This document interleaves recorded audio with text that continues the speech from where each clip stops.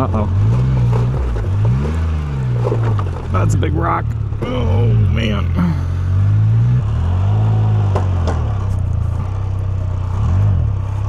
Hey, everybody. It's Charlie from Moto, and you join me in the street near my house, getting ready to head out on an all-day weekend adventure trip on the 2026 Can-Am Canyon. And you probably know that already because you clicked on the title of this video. But if you have no idea what this three-wheeled machine is in front of me, or maybe you do have an idea and you're interested in buying one, then you are going to find some cool information here today. This is the newest entrant in Can-Am's three-wheeled on-road lineup. And as you can see from the slightly aggressive tires, the matte green paint, and the big semi-active smart shocks that we have on here, this one is meant to go a little bit off-road as well. So Can-Am, the Canadian motorsports company, is excellent at making off-road vehicles. In fact, they have one off-road oriented street bike now as well, the Can-Am Origin that we rode a few months ago, all electric. This one is quite the opposite of that. This one has one extra wheel, it has a whole lot more weight, about 1,000 pounds, and it has a 1,300cc inline triple, giving us just over 100 horsepower and just over 90 pound-feet of torque. The Can-Am Canyon is the third model in the three-wheel lineup, including the Spider and the Ryker. We've ridden the Spider and Ryker before, and they have their niches. We're going to talk about that a little bit more throughout the video, about what these three-wheeled machines do so well and what they don't do well. It's for a very particular sort of rider, but the Can-Am Canyon now expands that sort of rider clientele and market a little bit more. This one is the top-tier Redrock model, coming in just over $30,000, but giving you all the bells and whistles you could possibly want and think of for this machine, including the smart shocks that are supposed to be pretty darn good off-road. They've been great on-road as well for our reviewing of this machine. I'm gonna call it a bike a few times throughout the video. It is not technically a bike. It's not technically a trike. It is a three-wheeled, I don't know, autocycle, whatever you want to call it. I mostly just call it a machine. But today I'm going to head out here from Irvine, California, about 2.5 hours out into the desert to scout out some off-road trail and camping areas for a video we have planned later this month here on Daily Motor. So I'm going to get probably about 7 hours of seat time or so, both on highway and off-road here with the Can-Am Canyon Redrock. And fortunately, it shouldn't be too much of a chore due to all the creature comforts. First off, starting in back, I have these cases pretty well loaded up. You can see they are waterproof and locking with the key. Pop them open, and I've got all sorts of gear and water and camera equipment in this back one. But I've noticed throughout using this bike that they're very well engineered too. Sometimes you use cases that come from a motorcycle manufacturer and they're flimsy and difficult to use. Not the case here with the Canyon. Look at this one. I popped open the side case to put some recovery gear in here, turn it open, and it's actually trayed right here, so your things don't go slopping over into the side. I've got an inflator and a shovel. They're all nicely packed right there. Very easy to open and close, and then you got these waterproof locking lids. Because you got to remember, this is Can-Am. This is a company that's making machines for Canadians. So they're thinking of cold weather situations as well. You could ride this thing year round. So you wouldn't want your cases to ice up if you're using this daily or on weekend rides. You've got heated hand grips here for the passenger, as well as this big passenger seat and backrest on top of the top case. And then up here in the front, heated grips, a semi-automatic transmission. We're going to talk about that as we ride. Adjustable windscreen that you can adjust on the fly. Just over a 10-inch touchscreen and screen that's controllable with buttons. Big ol' foot mounts here for both the driver and passenger. So let's get this thing fired up and head out on our ride, because we got a lot of riding to do. Bring that inline 3 to life. Now, I fired up my old iPhone just for this video and threw a little data plan on there because you've got Apple CarPlay support on this machine. However, I learned that in order to use CarPlay, you have to have a headset paired up to the device. So right now, then you see CarPlay came up. I can click on that. Bada bing, bada boom. I've got Apple CarPlay. But you can't use it unless you have a headset connected. So I have my iPhone plugged in here, but it wasn't coming up. So that's a bit strange. I don't think there's a way around that, but let me know if I'm incorrect. Foot on the brake, and then I use my thumb to engage first gear. Oh, release the parking brake, which does not happen automatically. And away we go.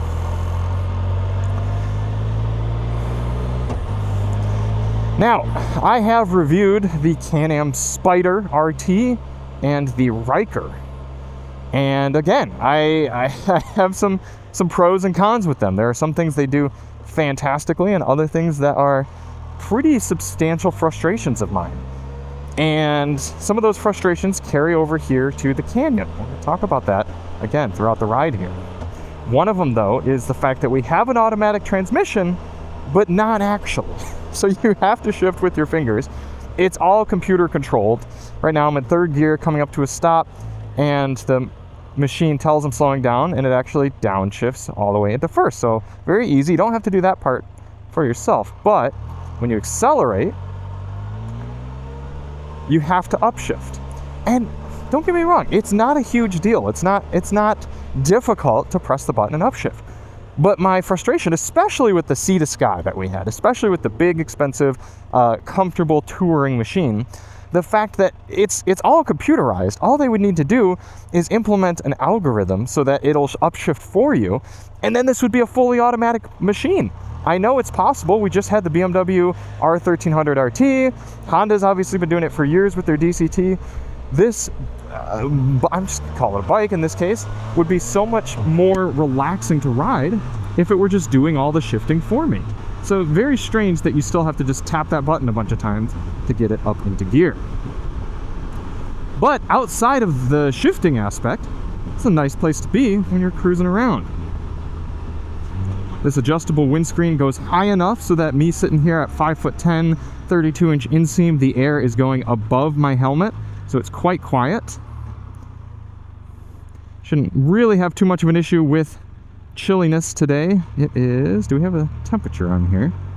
Did I lose my outside temperature because we have CarPlay up? Let me see. There we go, 77 degrees Fahrenheit right now. Beautiful January 31st day. So out here on the highway, again, pros and cons. Pro, you're sitting up really nicely here on the Canyon. It's fairly perched, so I'm looking almost just about at the roof line of this Toyota 4Runner in front of me. I've got great visibility around. I can see traffic situations. I can see who's on their phone. I can see who's going to be an issue. Now, one of the downsides, and I'm curious what this is going to be like after spending an entire day on the highway with it, there's a twitchiness on the highway that you get with this three-wheeled setup that you don't get so much with the two-wheeled motorcycle. And, oh, my screen just shut off. Okay, we just got a restart right here live on camera. That's interesting. I'm glad the machine is still working. That's not good. I just have an exclamation point. Does that mean I'm gonna have to get off? Okay, frustrating. Well, let me finish my thought about the wheels, and then we'll have to pull off and try resetting the system. But there's a twitchiness that you get, and I do wonder if it's exacerbated a little bit because of the all-terrain focused tires that we have here on the Canyon.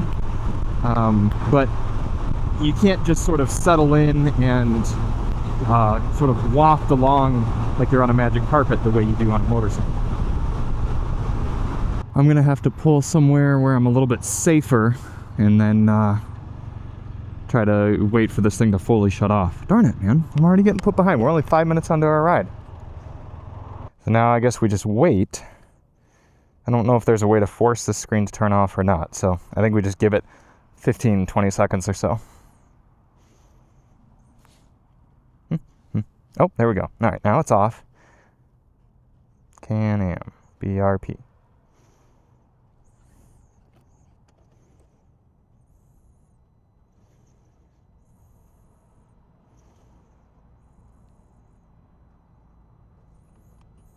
Okay, we are back in business. That's annoying.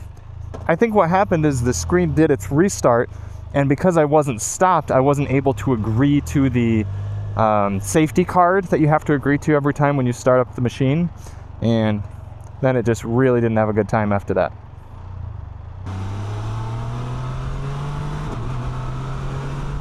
See a little acceleration there. I wouldn't go as far as to say the powertrain is gutless down low, but you certainly get more power once you get it up higher in the rev range. I believe peak horsepower comes in somewhere around 7,000 RPM. And this thing is geared pretty tall, so you don't really hear or feel the engine much as you're cruising at speed. But because of that, you really have to make sure you're in a proper gear if you need some pull. But once you do get it up there in revs, it pulls very strong. Would have no problem if you had a passenger on here, loaded up with gear. Passenger on here, loaded up with gear. Charlie's got rhymes all the time. Now, one of the downsides of riding one of these three-wheeled on-road machines as opposed to a motorcycle in California is on a motorcycle with two wheels, you are legally allowed to lane filter and lane split, lane share, if you will, which means in slower traffic situations or coming up to stoplights, I can go in between traffic and safely and legally come up to the light. Can't do that here on a three-wheeled machine. Even if you could fit, I do believe it's technically illegal. Now, I'm sure you'd get away with it, but illegal nonetheless. So, definitely something that you don't have to consider in most other jurisdictions, but down here in beautiful sunny Southern California, it does make a little bit more sense to be on a motorcycle. Up here, cruising at 80. Not really any vibrations to speak of. I mean, I could tell that that something is running, but to be honest with you, it could very well just be the tires. The engine's very refined. If I lean on it, I can feel it a bit, but I'm getting a little bit of buffeting in my helmet. Not bad. However, you do get a good amount of air around your torso area. It's kind of coming into my stomach, if you will. And that's something compared to some of the other touring bikes that we've had recently, a little bit more of a consideration. Because as you can see, this windshield is pretty tall, but it's not particularly wide. We do have two slight flares over there, but because you're sitting so up high, there's just not too much airflow that the bike is blocking. Try shuffling back over here to CarPlay now. Oh, please tell me my CarPlay's working. Yep, okay, you got a phone. Now, how do you move through CarPlay? Alright, the up-down buttons. Cool. So am I able to go then over here and resume my podcast? Volume right here. There it is. Now I have my podcast playing. Even while we're riding here. So, some of you might think that CarPlay is a bit silly on a machine like this, but I don't. I honestly don't, because it solves two issues. One, most built-in motorcycle navigation systems are clunky, unwieldy, and not nearly as good as Google Maps. Now, we solved that here. You simply plug in your phone, and you've got Google Maps going. And then also, if you were using this as sort of a daily rider, daily commuter sort of machine, very easy to just get your music playing, get your podcast playing right there. It's very relaxing in that way. Very simple, straightforward. I don't think you can touch the screen while you're riding, can you? No. It literally says slow down, feature unavailable while driving. Let's do a quick cruise control demo. I am curious once we get out to the desert to see how fast you can set the cruise control, but you can see right there, we're set at 76. Brings us along nicely. So we've got about 2 hours or so in the saddle before we get to our off-road areas. I'm gonna see if I can make it there and then grab some fuel, and then let's test this thing off-road. That is the 15 freeway, and this is Afton Road, where we set out to find. 2.5 hours on the highway roughly. Had to stop for fuel, averaged about 26, 27 miles per gallon or so, but that was with an average speed that was quite high. Let's see if we can get over to that statistics. Average speed of 75 miles per hour, but we were going a good bit quicker than that.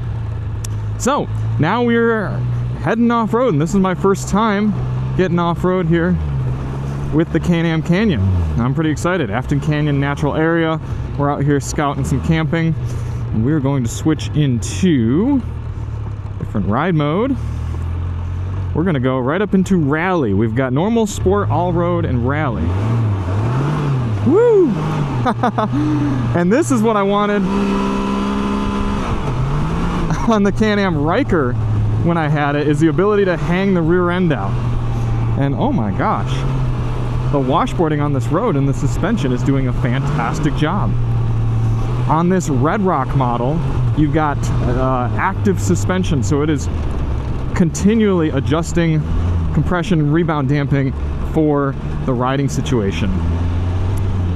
And I'm really curious how it's going to do off-road. Now, full disclosure, I have not had this thing off-road yet, and this is not even technically off-road, this is just dirt road.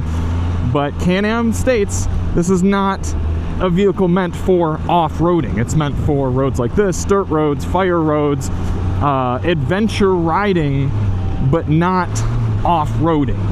However, I am going to take this off-roading. And it is maybe not the best idea. It might not be the smartest idea. There's some deep sand out here, but I have a shovel. And that's about it. We're going to be coming out here with some side-by-sides in a few weeks, and we're going to do some camping. I want to find some good camping areas.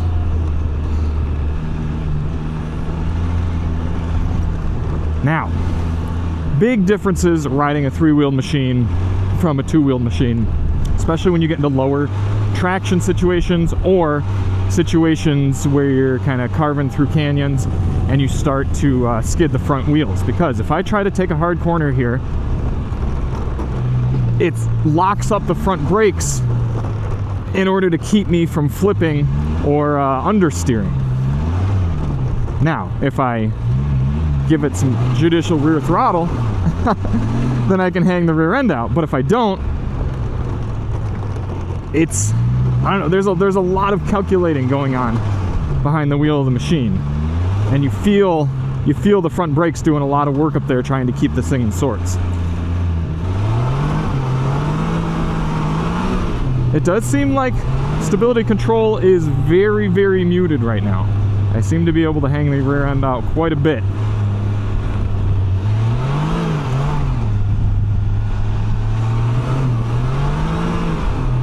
And admittedly, I am going quite quick through here.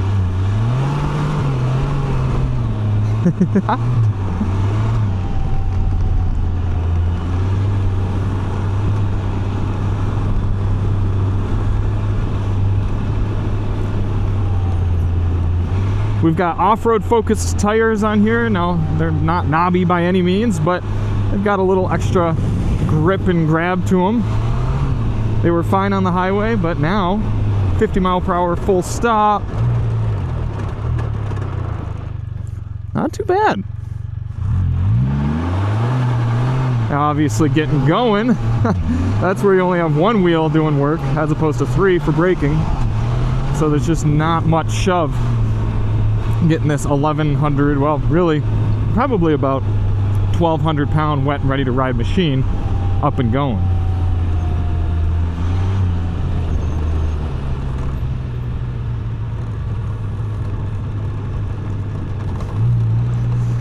And the other aspect of taking a three-wheeled machine off-road is you can't exactly stay in the car tire tracks because you've got that third wheel right in the middle.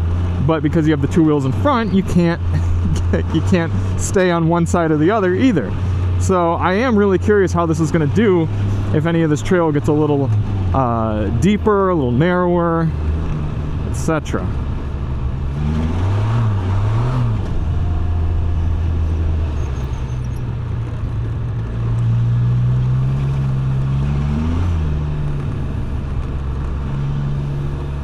So far, I actually am quite happy with the suspension performance.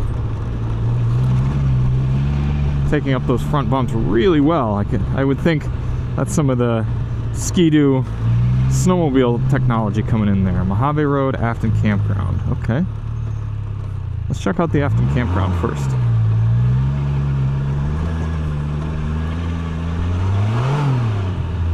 As somebody who grew up riding 4-stroke sleds, this inline 3 4-stroke really does sound familiar when it's revving out like that. Group campsite, okay.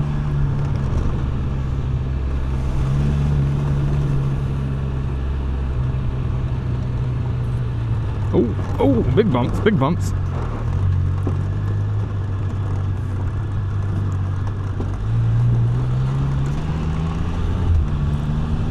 Alright, I think I've already got my answer for scouting this area. I don't want to be near this many people. So, we're actually going to utilize reverse. Get a bunch of dust on me right now. To do reverse, simply twist back and press the downshift button, and we have reverse. And on this Redrock model, we even have a backup camera, which might sound silly, but when you are... Actually, can I just get through that way? Oh, we better go this way. When you're going through a parking lot or something, to be able to just look backward and see what's behind you rather than crank your neck, it's actually kind of nice. Because you gotta think, this is not a machine that's geared toward some 28-year-old able-bodied rider who wants to go out and thrash trail and ride hard. It's just not. They can get something that costs a quarter as much and is more capable, more efficient, faster, more exciting. This machine is for somebody who is not quite as able-bodied, is not as able to just pick up a 400-pound machine if they drop it. Somebody who might have a little bit of a disability or would have a harder time picking up a big adventure bike if they were to drop it down. I mean, you gotta remember, if you're riding through something like this and you're on a BMW GS, you got 2 people on it, you got a bunch of gear, and you drop that thing down, you might be in a situation where it's going to be really tough for you to pick it back up. Don't have to worry about something like that with this machine.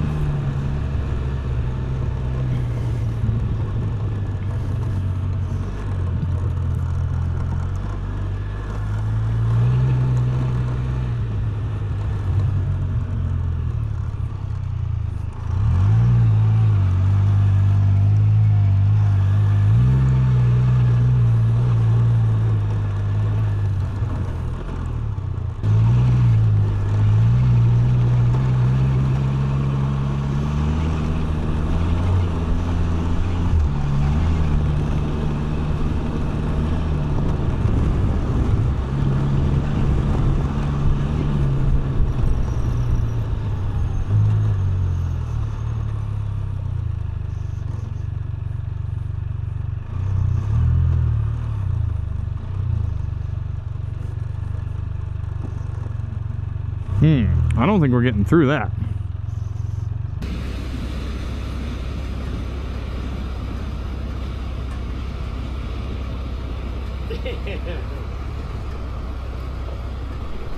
Nice.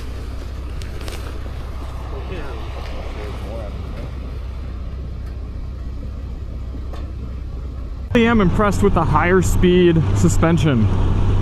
I mean, I'm just bounding down these dirt roads, and I'm thinking, I mean, we had to turn around back there when we came to that water crossing. That was just, I mean, not something I was going to try to negotiate with a vehicle with only one drive wheel, and if I got soaked, I'd have to be soaked for the rest of my day. It's not happening. But I think of some of the adventures I've done, say around Death Valley or up around Denver, Colorado or something, where you're taking more established roads. It's just they happen to be dirt. This is fantastic for that.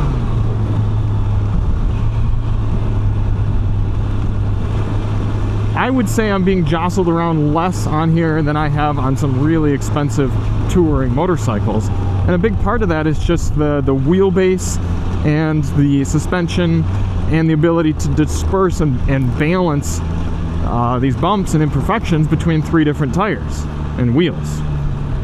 And points of contact, I suppose. Now, when it does get out of sorts, it gets significantly out of sorts. So you do have to keep that in mind.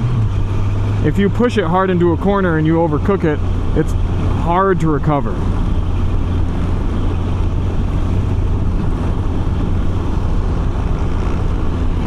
but look at this. I mean, we're doing 50 miles per hour down this dirt road. It's smooth. I'm actually going to hop back onto the highway and continue a little bit further toward Baker to scope out another section, because we don't want to stay back there.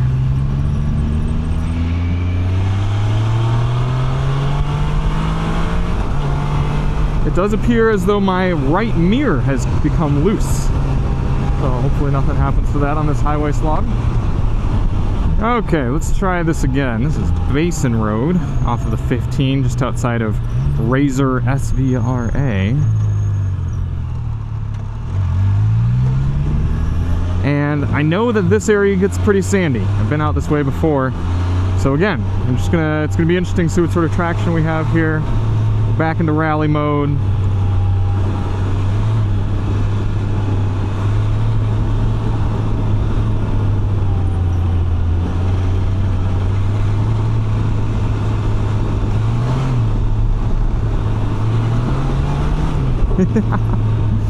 It's a little heavy and a little tame to be just that goofy level of fun.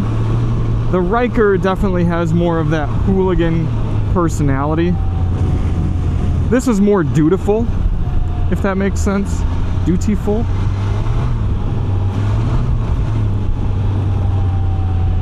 But there is a simple joy in just being out here and doing this sort of thing.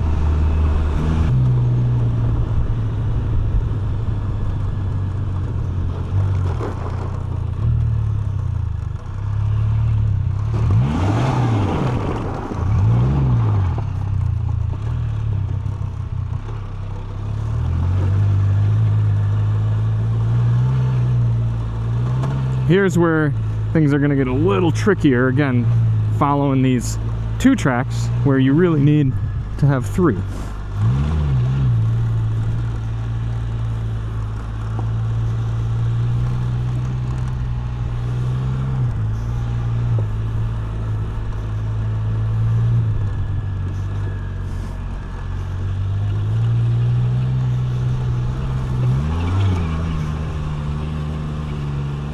Okay, I'm standing. A lot of sand here. Let's try getting off up onto this hard pack. Do we float? We do float on here. Okay, good. Good. Okay. Campsite number 1 successfully spotted. And look at this. Doesn't this thing just look proper out here? That's a thumbnail if I've ever seen one. Yeah. And we did have a little bit of spinning over here with that rear tire. And I just kept it real light and easy on the throttle. You can see it broke through kind of down right there. And I just nice and easy didn't spin it super hard, just kind of kept progression, and it got me out just fine. So I do imagine if you dig this rear wheel in, it's going to be some work getting it out. Maybe a single traction board or something, one of those max tracks strapped onto the top would be a good idea. But yeah, so far I'm quite impressed with this little thing. Let's take a little more look around. You can see the tires. Got that traction pattern in there, and those have done great on the sand. These wheels, ready for a beating. Also protecting the brake rotor with that design. Big old shocks. I'm impressed with the travel there. We've got underbody protection. Important for running down these sort of trails. Yeah. Very cool. This moss green matte color looks good with a little dirt on it too, a little dust. All right. Time to mark a pin and do a little more exploring. So here we can see, that was probably a rock impact there. Here we can see trying to traverse more of a 2-track type of situation. It's entirely doable. It's just slower going and a bit more care.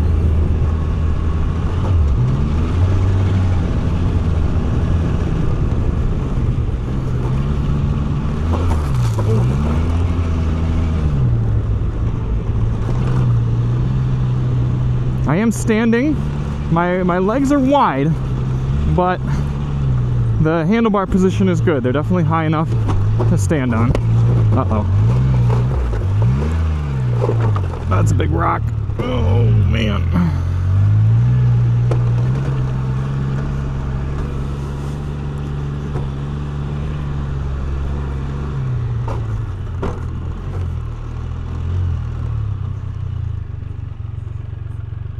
Hopefully this wasn't a bad place to stop, but I really want to consult my map.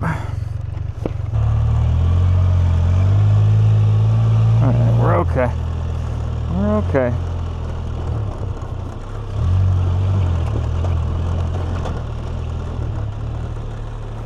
Honestly doing quite well cross country over these rocks. Oh, that's very sandy.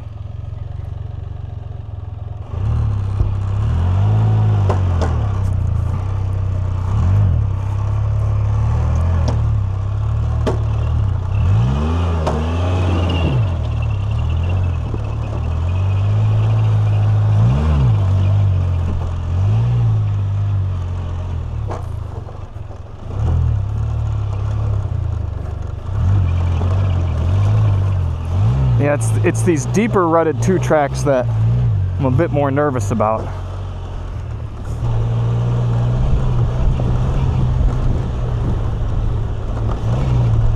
Woo!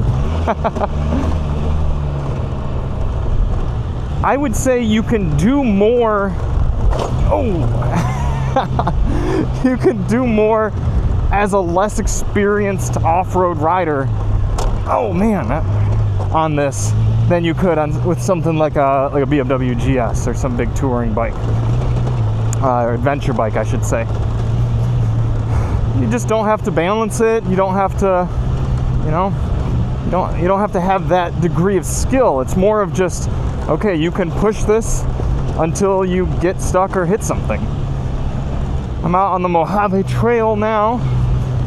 I don't think I'd want to be doing the whole Mojave Trail on this. In fact, again, I don't think we would have gotten across that rock or that water crossing, which was part of the trail as well. But the fact that I am able to be out here says something.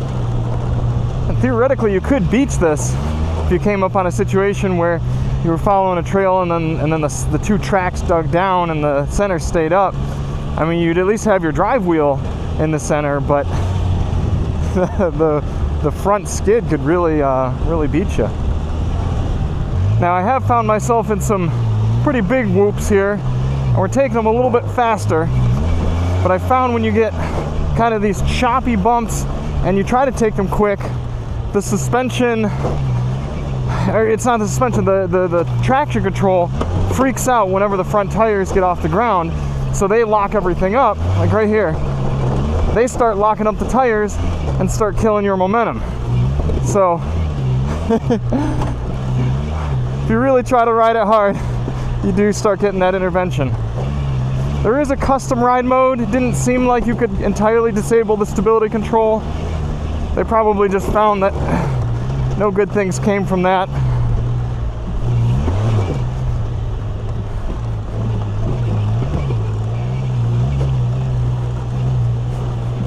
Oh, this is getting gnarly, isn't it? I want to be over there on that trail. This is some deep sand. Gonna have to keep our momentum up. Here we go.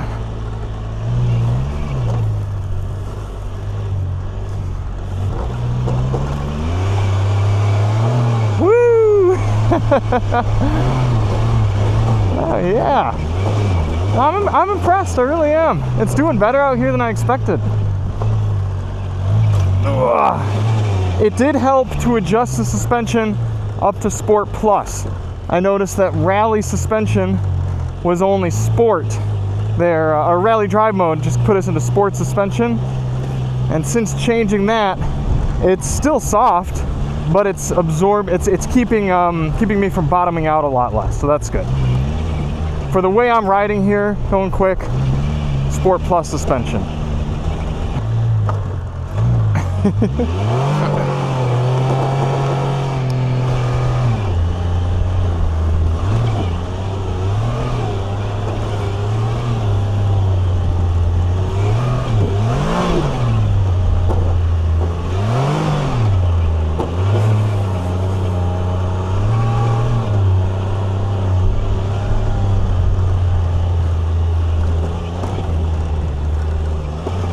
Okay, nice. Well, I am happy to report that our shovel was not needed. We have scouted, we are safe, and the Can-Am Canyon did quite a nice job. Very impressive. I'm going to text my wife. We're going to head back on the highway, and I'll wrap up my thoughts with you as we get back into Orange County.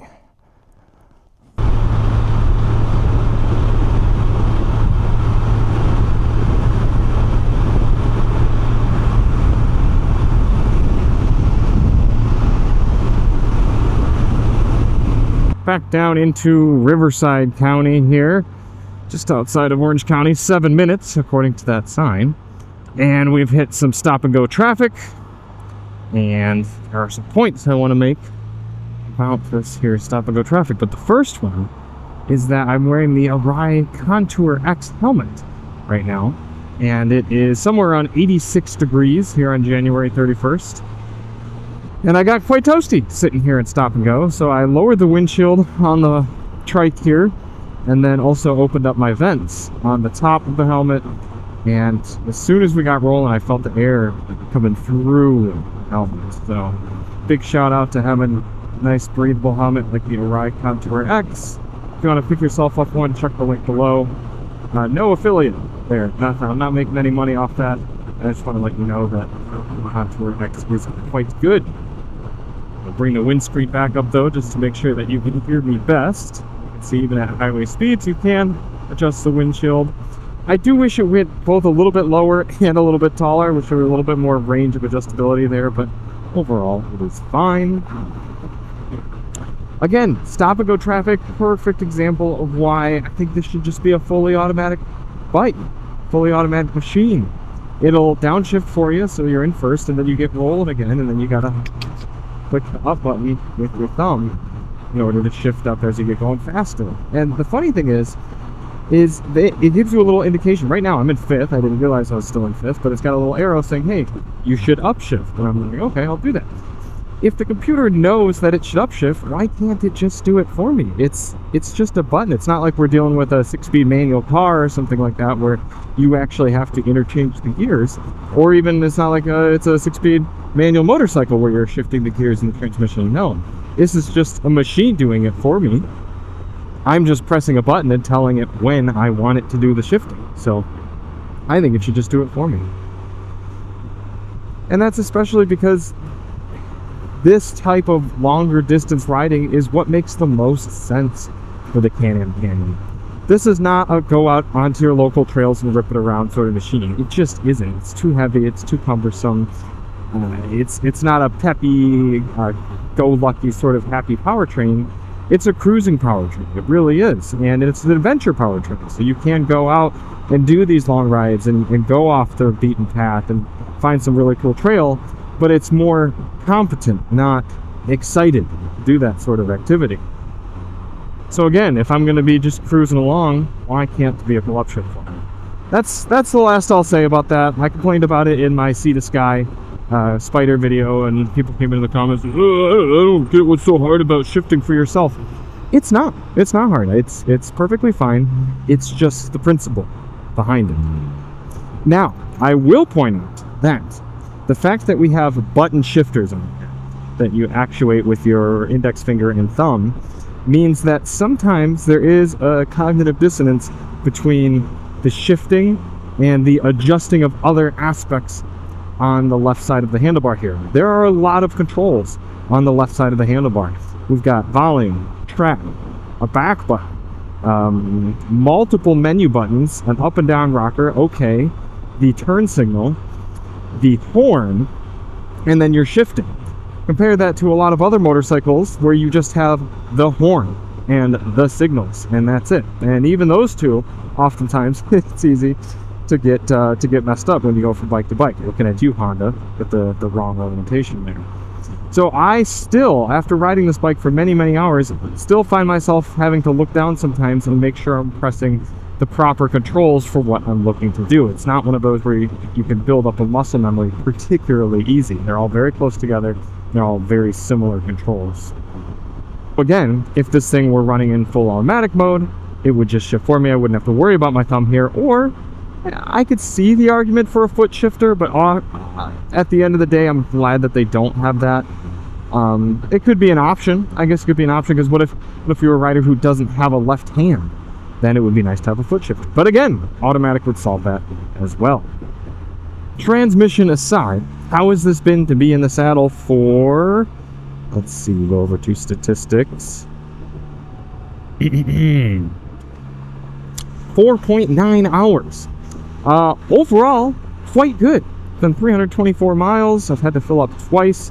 Been averaging 25 miles per gallon, but that is because we've been going both very quick and then off-road. So I think I was averaging something like 19 miles per gallon in the tank that I went off-roading and adventuring and idling and everything like that. So we found in our DM commuter fuel economy test, where we did all sorts of mixed riding, that we were getting about, I think it was about 34 mpg, 34, 35. So again, not fantastic compared to a motorcycle, but still pretty decent for the size and capability of this machine. Despite having a strong horsepower figure, you do run out of steam at about 100 miles per hour. That being said, you can set the cruise control at any speed you want, which I think is actually kind of cool, because when I was way out there in the desert and traffic was light, I was cruising at about 95 miles per hour. Fight me, I'm sorry that I needed to make up some time and got things to do when I get home. So I appreciated that you could just set the cruise control at whatever speed you wanted to go, and it would hold you there. Seat comfort is also quite good. Now, I will say I'm starting to get uncomfortable now, after 5 hours sitting and only about half an hour of that being not on the machine. The aspects of that are, with this wide seat on the Redrock here, I'm getting a soreness on kind of my upper thigh, and then also kind of a strange soreness in my legs. And I think that's because it's kind of a wide seat, so I have my legs sort of spread out in a way that I wouldn't on a narrower seat. But I think sitting in any chair for almost 5 hours would make you a bit uncomfortable, so I really can't fault the bike. It is remarkably comfortable. And on top of that, I thought these stinky little handguard type things were going to be insufficient for the wind and the chillier temps as we were riding today, but that hasn't been the case. They do a surprisingly good job at blocking the brunt of the wind, despite being fairly thin. And I do know that you can get a little accessory from Can-Am that puts a lip on top and does a little bit of extra wind protection. Speaking of wind protection, I would like more up in front of me. Again, the way I see it is, you're only buying this machine instead of a two-wheeled machine if you live in inclement weather situations where you want to ride regularly, or you have some sort of physical condition that prevents you from riding a two-wheeled machine. And you know, I suppose it could just be you feel more confident, more comfortable on this, but I think that's a smaller subset of purchasers of one of these Can-Am machines. So if we go back to the cold weather situation or the high mileage situation, I'd like to have more wind protection. I know it's possible. I ride plenty of motorcycles, plenty of bikes, and I know that we can have better wind protection. And again, it's not necessarily high, it's wide. It's the fact that I'm getting hit in my chest, the sides of my torso with wind. I would like to see that broken up. The tech suite is very, very good. I very much appreciate it. I will say there is an anomaly, or just a weird situation, and maybe if someone in the comments knows of a way to do this differently, let me know. But I can't figure out a way to just get back to normal Apple CarPlay while you're moving. Now, if I were static, I could press that lower right corner, and I get sort of 8 tiles that come up for different apps in the infotainment, and I click CarPlay, and there you go. But the only way I can figure out how to do it is to press this, and then you get gauges, media, statistics, navigation, and phone.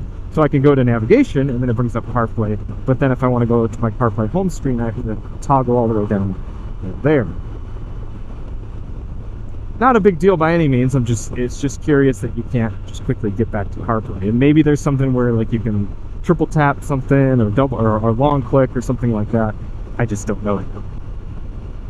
I meant to say though, regarding the speed, because of the mixture of the gearing and the weight, when you're in situations where you've got a little bit of a hill or kind of a passing situation and you're at highway speeds, say for example right now,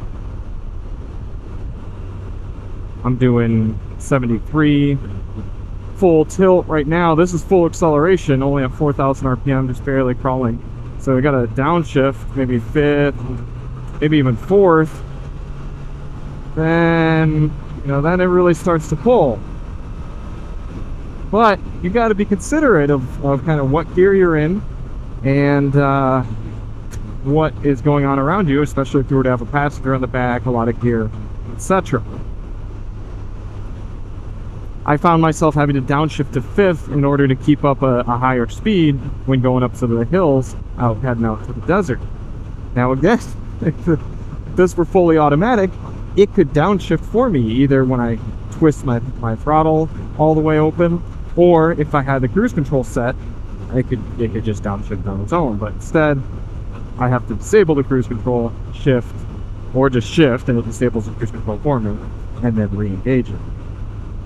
One last thing, really nitpicky, when you have CarPlay open, you lose your outside temperature gauge. They could easily just put it right down here in this black space, but you lose it. So I'd like to see that added in there. Now, all of this sounds like reasons why you shouldn't buy this machine, and that's not the case. These are more observations that are things that Can-Am can improve upon, because at the end of the day, there's nothing like this machine. I mean, they had the Can-Am Riker Rally, but that's entirely different. That's a little bit more just go out, beat up some dirt roads, have a little fun. Not a serious machine like this. This is almost like a big adventure sprinter van of the kind of motorcycle world.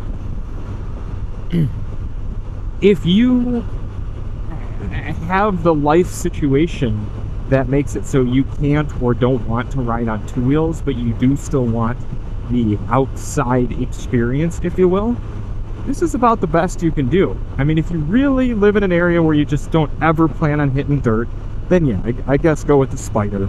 It makes more sense.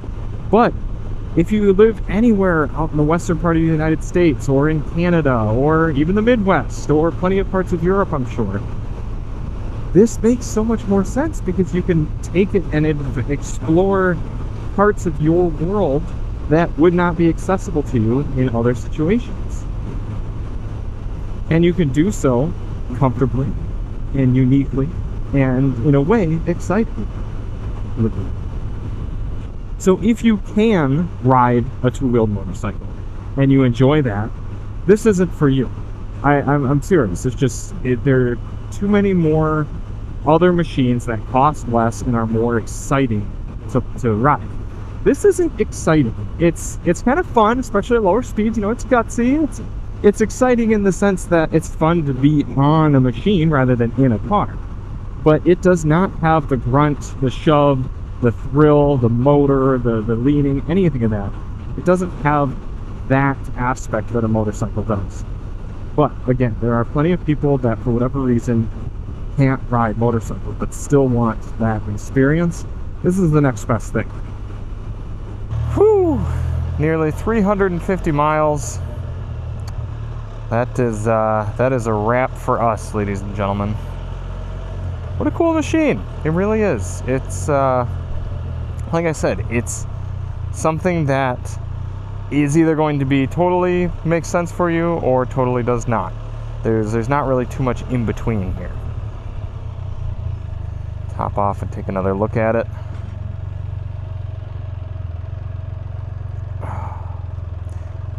Another interesting little quirk, you have to set the parking brake before you turn the key off. You can't set the parking brake when the key is already off. Don't quite understand why.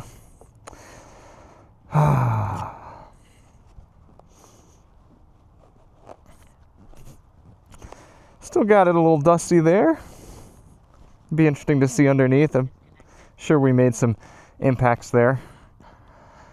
Yeah, very cool. I think it really makes sense in Can-Am's lineup to have this machine because, again, The Riker is sort of for fun. The Spider is sort of for if you just want to put on big miles and stay on the road but can't ride a motorcycle. And then this is for if you want to go essentially do the type of things I did today. If you want to be able to go big miles and then go off the beaten path fairly confidently. I really was impressed by that. I also do really appreciate loading and unloading things into the cases without having the bike on a side stand, because it is just nice and level. It's very easy to load up the machine, and if you were loading gear onto the back as well, you could really load quite a lot on there. I mean, you have a 400-pound payload capacity on here, so 200-pound rider or so, you can put 200 pounds worth of gear on here, and it's quite a lot. Actually, I might be mistaken. Is that payload or is that towing?